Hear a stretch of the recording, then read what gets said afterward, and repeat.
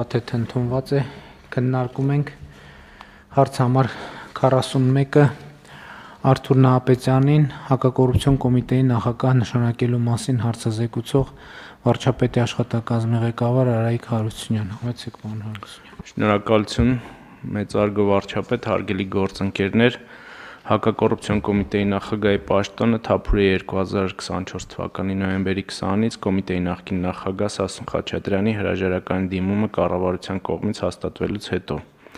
Հակակոռուպցիոն կոմիտեի մասին օրենքի համաձայն կոմիտեի նախագահին մրցույթի արդյունքում նշանակում է կառավարությունը 6 տարի ժամկետով։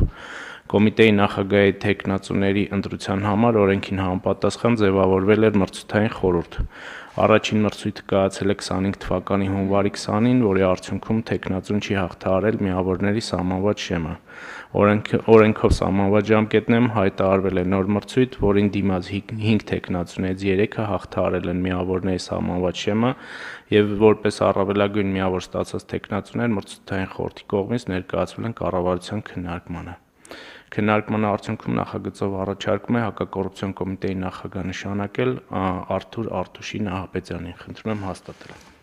Շնորհակալ եմ, պարոն Հարությունյան, հարգելի գործընկերներ, ինչպես ասվեց, անցել է մրցույթային հանձնաժողովը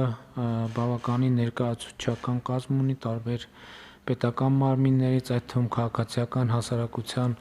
ներկայացուցիչներից եւ 3 թեկնածուներ ներկայացվել են կառավարության քննարկմանը եւ ես բոլոր թեկնածուների հետ 2 փուլով ունեցել եմ հանդիպում եւ ունեցել եմ քննարկումներ եւ քննարկումների արդյունքում որոշում եմ կայացրել Արթուր Նահապետյանի թեկնածությունը ներկայացնել կառավարության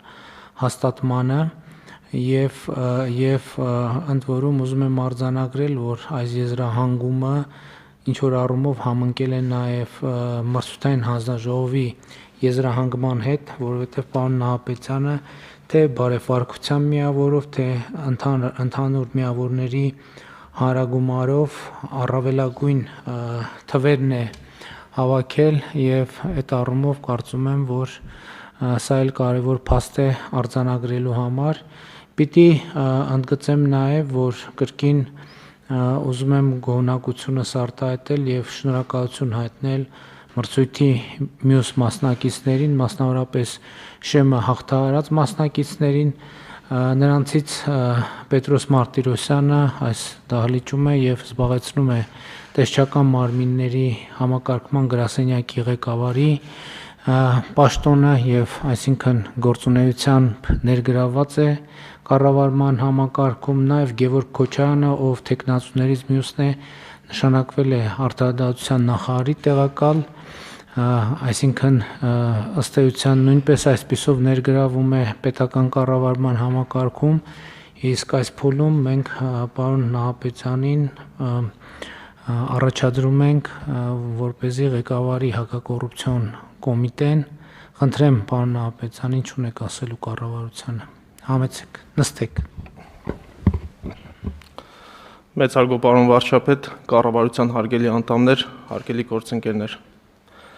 Իմ թեկնածությունը առաջադրել եւ հաստատել ինձ համար մեծ պատիվ է եւ պատասխանատվություն։ Վստահեցնում եմ, որ կորցադրելու եմ առավելագույն ջանք հակակոռուպցիոն կոմիտեի գործունեության արդյունավետությունը բարձրացնելու համար։ Այդ առումով փորձելու եմ ավելի ամրապնդել իրավասու մարմինների հետ համագործակցությունը, անել հնարավորը, որպեսզի կոռուպցիայի դեմ մեր պայքարը եւ դրա արդյունքը տեսանելի լինի առաջնային շահառուի Հայաստանի Հանրապետության քաղաքացու համար։ Մեկ անգամ եւս շնորհակալություն բարձր վստահության համար։ Շնորհակալ եմ, պարոն Նահապետյան, հարգելի գործընկերներ, հակակոռուպցիոն կոմիտեի ձևավորման օրվա առիթով վերջին 2 կամ 3 երևի տարիներին իմ ունեցած ելույթում ես անդադ այդ ուղերձը տվել եմ, որ շատ կարեւոր է, որ մենք հակակոռուպցիոն կոմիտեի, այդ թվում քննչական կոմիտեի աշխատանքի վերաբերյալ ունենանք ելքի մասին որոշակի պատկերացումներ, որովհետև ինչ նկատի ունեմ, որ մեզ պետք են հստակ ցուցիչներ, այդ թվում արտահայտված կառավարությանը ներկայացվող հաղորդման մեջ, որովհետև գիտեք, որ օրենսդրությամբ թե քննչական կոմիտեն, թե հակակոռուպցիոն կոմիտեն տարեկան գործունեության արդյունքով հաղորդում է ներկայացնում կառավարությանը եւ վերջին անգամ որ այդ հաղորդումը ես ստացել եմ, նաեւ այդ հաղորդումը մակագրությամբ վերադարձրել եմ, խնդրելով լրացնել տվյալով, թե հակակոռուպցիոն կոմիտեի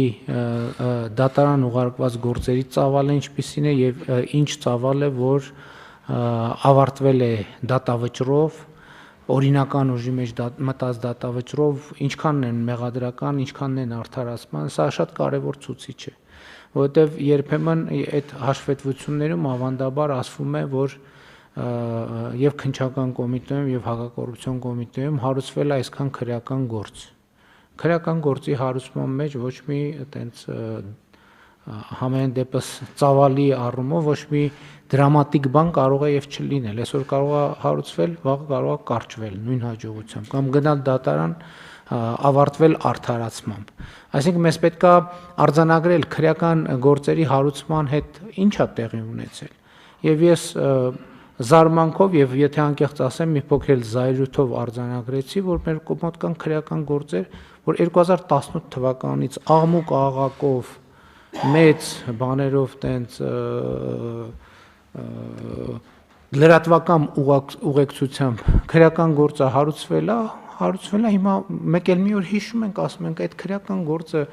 որ տենց լրատվականների առաջին էջերում էր, բա ինչ եղավ եւ ստանում ենք մի կարճ տեղեկանք, նախաքննությունը շարունակվում է։ Սա կներեք անթույլատրելի է, որովհետեւ պետք է ի վերջո հանրությունը, կառավարությունը պատասխան ունենա։ Եվ ելի ուզում եմ ասել, որ ուզում եմ ընդգծել, որ կառավարությունը, պետական բյուջեն, այդ թվում ժողովուրդը հակակոռուպցիոն կոմիտեի վրա ահռելի եւ էական ներդրում է իրականացրել եւ ուզում եմ հիշեցնել նաեւ, որ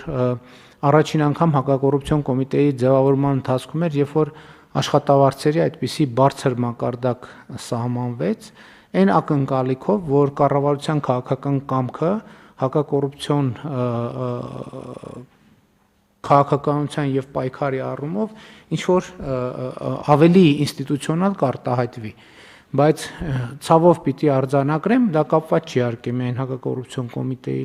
գործունեության հետ, այլ խոսել ենք, որ դատաիրավական համակարգում ունեցած մեր խնդիրների մասին, բայց մյուս կողմից հակակոռուպցիոն կոմիտեն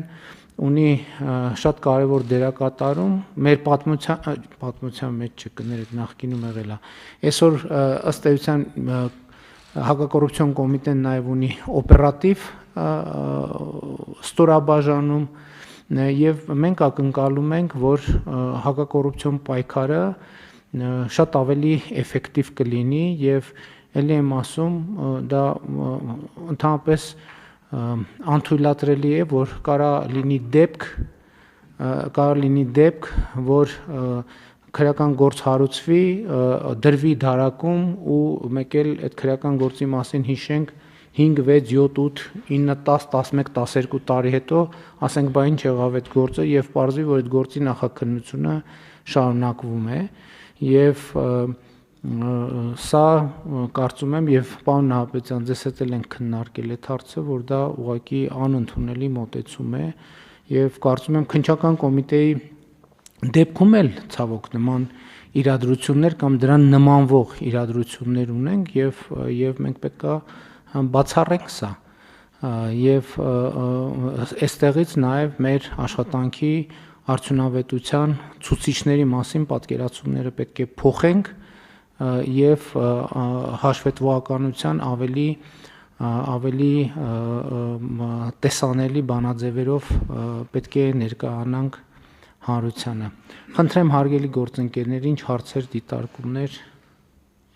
Եվ ելի ուզում եմ նաև հաջորդ թեմային էլ անդրադառնամ, այդ նույն տրամաբանությամբ իմիջայլոց նախկինում խոսել ենք, այդ թվում կառավարության նիստերին տարբեր առիթներով մենք օրինակ շատ հակված ենք, որ հակակոռուպցիոն շատ ուժեղ վերահսկողություն իրականացվի նաև կառավարության պետական մարմինների ընթացիկ գործունեության հետ կապված, բայց երբեմն այս նույն իրադրությունը պատահում է, երբ մենք պետական գերատեսչություններից ստանում ենք այսպիսի ազդակներ, որ ըստ էության այդ քրեական գործերով ոչ մի բան տեղի չի ունենում, բայց դրանցով օրինակ նախագծերի իրականացումն է խոչընդոտվում։ Դե ես իրականում 1, 2, 3 ոչ մի ռեակցիա չեմ տալիս, որովհետև համարելով, որ դե եթե կա փաստ, պետքա գործ հարուցվի եւ քննվի, բայց հետո նույն իրավիճակը, երբ որ տեսնում ես այդ գործը մի տարի է քննվում, 2 տարի է քննվում, 3 տարի է քննվում, եւ այդ ընթացքում տեղի չի ունենում ի վերջո, բան ելք պետքա տեղի ունենա։ Այսինքն ինչքան կարելի է քրեական գործ հարուցել ու տենց քրեական գործը հարուցած մնա ժամանակ առ ժամանակ ինչ որ մի ազդակ լինի, այսինքն ֆունդամենտալ խնդիրն է նա, որ համակարգը եւ մեխանիզմը պետք է հստակ աշխատի, հստակ տա պատասխաններ։ Կամ մեղավորներ, ուրեմն թող մեղավորների նկատմամբ համապատասխան ընդհանցակարգը ապահովի, այսինքն գործը գնա դատարան եւ պսակվի մեղադրական դատավճռով, էս էլ է շատ կարևոր, որովհետեւ գործը դատարան, էդ էլ է մեկ ներկայացվում որպես արդյունք, որ գործը ուղարկվել է դատարան, բա դատարանը ինչ է եղել, բա կարող է արդարացվել է մեղադրյալը, ամբաստանյալը, կարող է կարճվել է գործը, այսինքն ելք չի ունեցել։ Այսինքն շատ կարևոր է, որ մենք պետք է վերադառնանք։ Մենք խոսել ենք նաև գլխավոր դատախազի հետ ենք խոսել այս թեմայով, որ մենք իհարկե այն կանխավարկածով չենք, որ ինքը վատ կանխավարկածա, որ եթե գործը գնաց դատարան, ուրեմն պետքա պարտադիր մեղադրական դատավճռով պսակվի, որովհետև այդպիսի ավանդույթներ են եղել, որ եթե դատախազությունից գործը դուրս է եկել, վերջ ուրեմն պետքա մեղադրական դատավճիռ լինի։ Բայց այդտեղ էլ մենք որոշակի, որովհետև կան գործեր, որոնք իրանք ամբողջ աշխարհում էլ տենց է, եզրային վիճակներ են կապված դատական process-ում այդ մրցակցության մեջ ում փաստարկները ավելի համոզիչ կդառնան դատարանի համար։ Այս ամեն ինչը պարզ է, բայց այդտեղ էլ նաև որոշակի բան պետք է ունենանք, տոկոս պետք է ունենանք մենք։ Եթե գնացել է հետ է եկել, լավ 1-2 պետք է հասկանանք ինչն է պատճառը։ Կարող է այնպես է, որ այո, դատարանում նոր ապացույցներ են հայտ եկել կամ մրցակցային այդ իրավիճակը բերել է օբյեկտիվորեն այդպիսի իրավիճակի, բայց եթե 1, 2, 3, 4 եւ դա կապվում է նույն քննիչի, նույն դատախազի, նույն process-ի, նույն պրոցեդուրայի հետ, այդ արդեն լույս պետք է վառվի, որտեղ կարող է ինչ-որ բան այնպես չի։ Այնպես որ շատ կարևոր աշխատանք կա անելու ընդհանրապես դատաիրավական համակարգում եւ հակակոռուպցիոն կոմիտեում մասնավորապես։ Կան այլ դիտարկումներ։ Չկան։ Ըստ այդմ առաջարկում եմ քվեարկել, ովքեր են կողմ Արթուր Նահապետյանին հակակոռուպցիոն կոմիտեի նախագահ նշանակելու։ Դեմ չունենք, պարոն Նահապետյան, շնորհավորում ենք, հաջողություններ ենք մաղթում։